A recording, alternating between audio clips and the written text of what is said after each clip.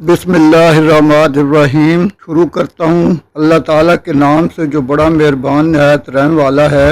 پڑھ اپنے رب کے نام سے جس نے پیدا کیا، جس نے انسان کو خون کے لوتھڑے سے پیدا کیا۔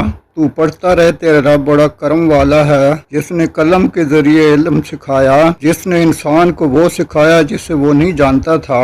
سچ مچ انسان تو آپے سے باہر ہو جاتا ہے، اس لیے کہ وہ اپنے آپ کو بے پرواہ سمجھتا ہے۔ یقیناً لوٹنا تیرے رب کی طرف ہے۔